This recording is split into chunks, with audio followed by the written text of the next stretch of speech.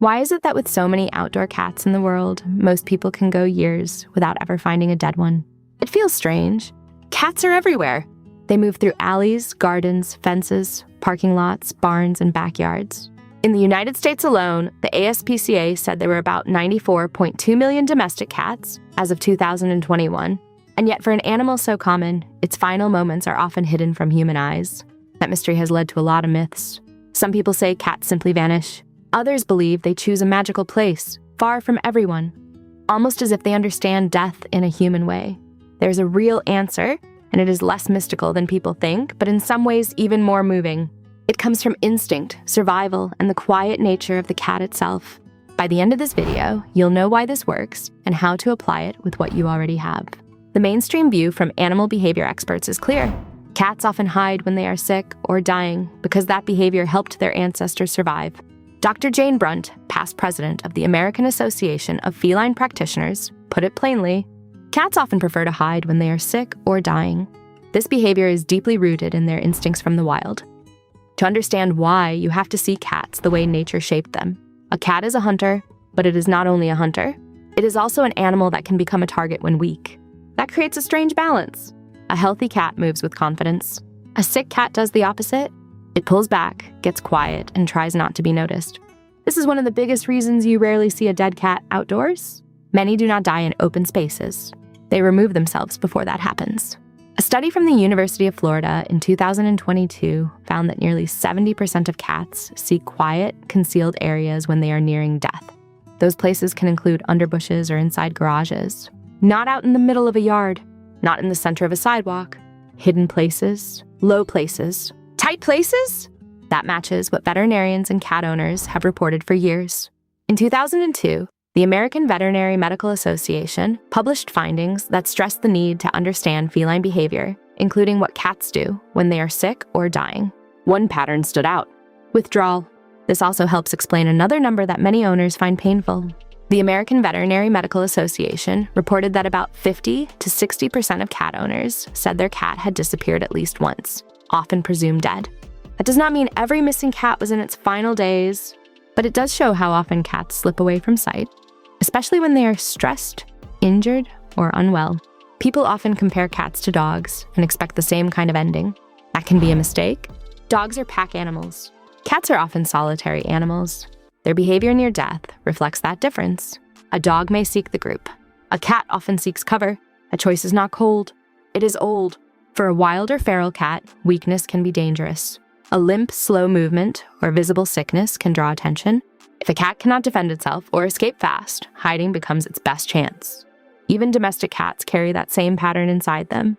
A soft couch and a food bowl do not erase instincts built over generations. That is why a sick cat may crawl under a porch, vanish into deep bushes, squeeze behind a garage wall, or tuck itself into a dark crawl space. These are not random spots. They are protected spaces with less light, less noise, and fewer threats. There's also a second part to this behavior that people often miss. Cats are not only hiding from danger, they are also trying to manage what their own bodies are feeling. As the body begins to fail, a cat can become overwhelmed by sound, touch, movement, and light. In that state, a quiet place is not just safer. It is easier to bear. A cool, dark, low-stimulus area lets the cat rest and conserve what little energy it has left. This is where the title idea that cats choose to die alone needs a closer look. The common belief is that cats leave because they want a private ending. The evidence in the research points to something more instinctive. They are not making a human-style emotional decision about death. They are following a survival response that tells them to isolate when they feel weak and exposed. That difference matters. It changes the story from rejection to protection. A cat that slips away is not turning its back on its owner. It may be doing exactly what its body tells it to do under stress. The drive is to find silence, shelter, and stillness. There is also the question of comfort. The research notes describe a resting state in which natural endorphins help mask pain, making final moments more peaceful and quiet. Endorphins are chemicals made by the body that can reduce pain and distress. In a hidden place, with less noise and less movement, a cat may be better able to settle into that state. This helps challenge another accepted belief: the idea that if a cat is hiding, it wants to be left completely alone at all times. Dr. Elizabeth Strand, director of the University of Tennessee Pet Loss Hotline, offered a more balanced view. Understanding cats' behavior in their final days can help owners provide companionship at the right times. That is a different perspective, and it matters for families. Solitude is part of the instinct, but it does not mean care should stop. It means care has to match what the cat can handle. For feral cats, the story is even harder. The research notes say feral cats face different end-of-life challenges and often die from natural causes or predation because they live in harsher environments. A feral cat may hide well enough that no person ever sees where it went. In outdoor settings filled with brush, sheds, culverts, vehicles, and empty structures, concealment is easier than most people realize. There are also health issues that can shape this stage of life. In 2018, the Association of Pet Obesity Prevention reported that about 60% of domestic cats in the United States were overweight. That can lead to health problems, and those problems can affect end-of-life behavior. A cat dealing with illness may retreat more, move less, and vanish into hidden spaces earlier than an owner expects. For pet owners, this mystery becomes very personal when it happens at home. An indoor cat may not disappear into a field, but it may vanish into the house.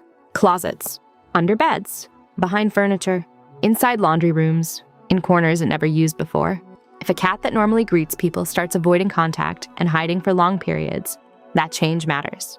The same goes for a cat that suddenly seeks dark, quiet spaces and does not want normal interaction. As mentioned earlier, hiding is one of the clearest behavior patterns linked to illness or decline. This is where many owners feel torn. One side says stay close no matter what. The other says give space. That conflict shows up in a wider debate about end-of-life care, including euthanasia for terminally ill pets. Owners often struggle between keeping a pet near for emotional support and respecting the cat's instinct to withdraw. There is no single emotion-free answer in the research. What the evidence does show is that cats have unique needs in their final days, and those needs are getting more attention.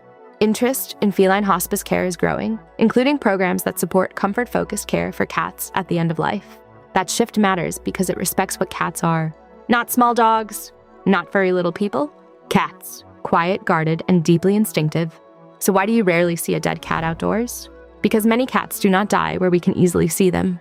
According to the University of Florida study from 2022, nearly 70% seek concealed places near the end. According to the AVMA, 50 to 60% of owners have had a cat disappear at least once. According to experts like Dr. Jane Brunt, hiding when sick or dying is rooted in the wild instincts of the species. The mystery is real, but the answer is not magic. It is behavior. A cat that senses weakness often does what cats have long done. It gets low, it gets quiet, it slips into cover. And for the people who love them, that can hurt. It can feel lonely. It can feel personal, but in many cases, it is not a sign of distance. It is the final expression of an ancient instinct. If there is any comfort in that, it is this. The same nature that made cats mysterious also made them careful with their last energy. They seek peace the way they seek safety, silently and without display. Respecting that instinct may be one of the kindest things we can do, not by abandoning them and not by forcing closeness they cannot handle, but by understanding what their behavior is saying. In that quiet retreat, a cat is still being exactly what it has always been. Alert, private, dignified, and even at the end, deeply itself.